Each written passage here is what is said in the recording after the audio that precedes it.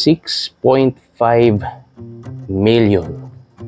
Yan ang backlog ng gobyerno ng Pilipinas sa housing projects. Ganon kadaming bahay ang dapat sanay na itayo na ngayon pero hindi pa nila na itatayo. Imagine, 2021 pa yung data na yan at 2024 na ngayon. Sa susunod na mga taon, dadami at dadami pa ang tao sa Pilipinas at lolobo ng lolobo ang need para sa mga pabahay. Paano kaya tayo makaka-contribute para mabawasan yan kahit paano? At the same time, kikita rin tayo. Check this out. Isa namang magandang araw para mag-welcome back sa YouTube or sa Facebook page.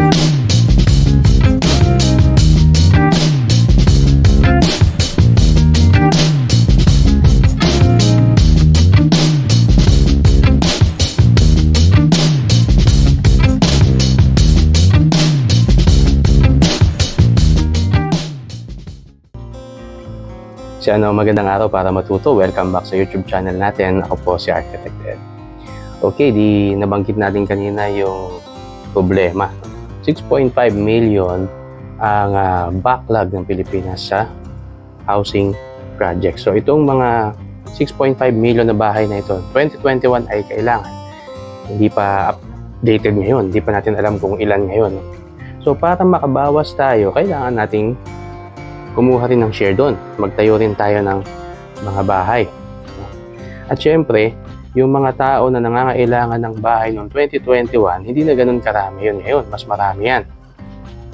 So yung market na nangangailangan ng bahay, ito man ay murang pabahay, ito man ay bahay na for rent, ay malaki talaga ang bilang ngayon. So may malaking demand para sa housing.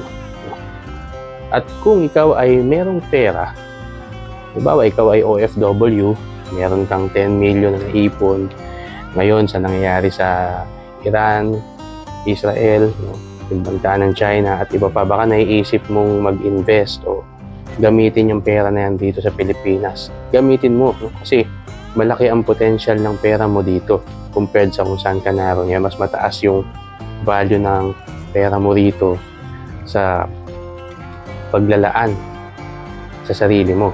Cost of living dito mas mura. At pwede kang makatulong doon sa backlog ng gobyerno ng Pilipinas na mabawasan kahit konti. Makabawas ka sa pamagitan ng pag-i-invest mo sa basic necessity ng tao. Bahay. Dahil may ganoon kalaking demand sa bahay, ibig sabihin ang housing ay isang napakagandang business dito sa Pilipinas. At kung makakapagtayo tayo ng mga bahay na mabibili ng mga tao na nandun sa range na yun, yung mga middle income, yung kayang bilhin ng mga tao, di maganda. Pero ang problema, ganito, hindi lahat ng mga nasa sektor na yon kayang bumili ng bahay, hindi nila kayang i-finance. So ano ang susunod nilang option para magkaroon sila ng marangal na pabahay? Umupa. So ang kasunod na magandang business ay rentals. Okay, so ano ang sikreto para makagawa ka ng isang successful na rental business dito sa Pilipinas? Number 1 ay yung size ng lote. Believe it or not, para sa akin ito yung number 1. Ano ba ang ideal na size para makagawa ka ng isang magandang income generating, profitable na apartment structure, apartment building?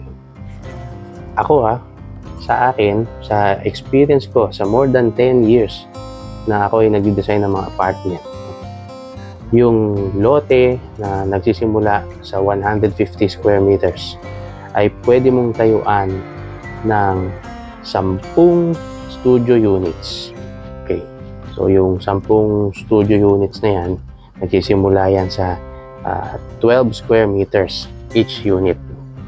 Kung sa Metro Manila, lalo na sa mga business districts, na yung mga nagtatrabaho, naghahanap lang sila ng matutulugan, o kaya yung mga estudyante nag-aaral sa universities and colleges ay naghahanap ng matutulugan, pasok na pasok yun.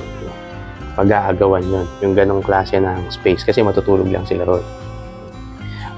Kung meron kang 50 square meters lang na lote at tatayuan mo ng isang single family dwelling na pauupahan, tapos pauupahan mo lang ng mga 5,000 kung nandyan ka sa medyo hindi naman metropolis.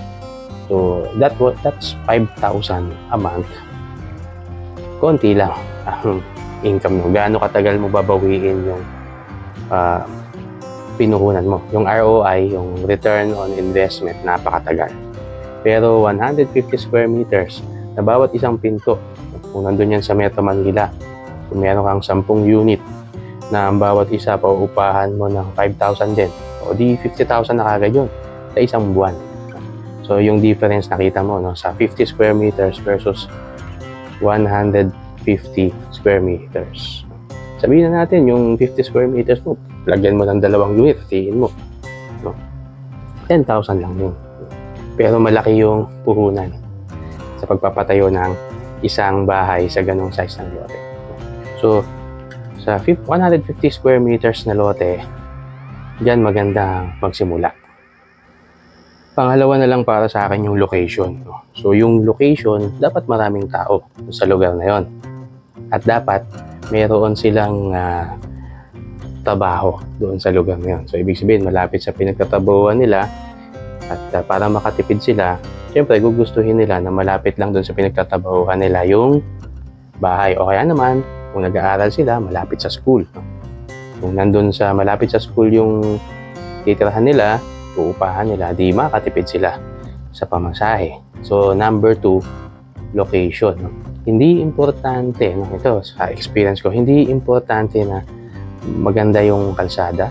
Hindi importante na malapad yung kalsada. Hindi importante na marami kang parking, basta meron. Basta meron kang, susundin mo lang yung building code sa number of parking slots per unit. So, sa experience ko, hindi naman kailangan bawat unit ay merong parking slot, no? So, sabihin mo na sa bawat 10 unit may isa, okay na yun. Pero kung 10 nga yung unit na ipapatayo mo sa 150 square meters, might as well gawin mo ng 2 or 3, no?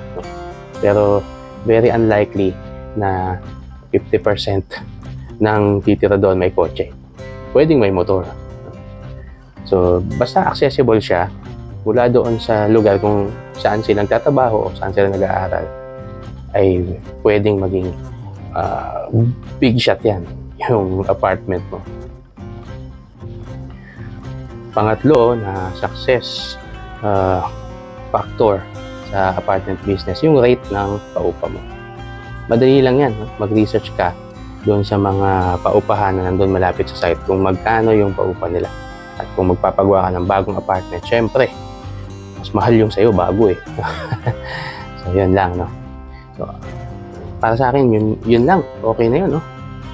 Yung size, yung lote, yung location, at yung paupa mo, kung magkano yung rate mo. Kung matitimpla mo ng maganda yung 3 na yan, ay potential na maging successful yung apartment business mo. Dahil sa dami ng tao na nangangailangan ng place to stay, to dwell, para matulog. Ito ngayon, meron akong gustong gawin. Kasi baka nahihirapan ka isipin, meron kang pera. Example, nasa abroad ka. Ngayon, iniisip mo na bibili ka pa ng lupa, tapos hahanap ka pa ng contractor na magtatayo ng apartment para sa'yo. Tapos sasakit pa ulo mo. Ito ngayon, ano kaya kung bibilhin mo na lang yung apartment building? At yan ang susunod kong project.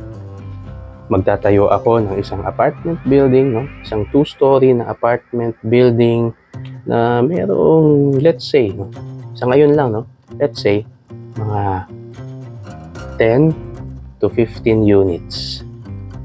Tapos ibebenta ko sa iyo. Abangan niya.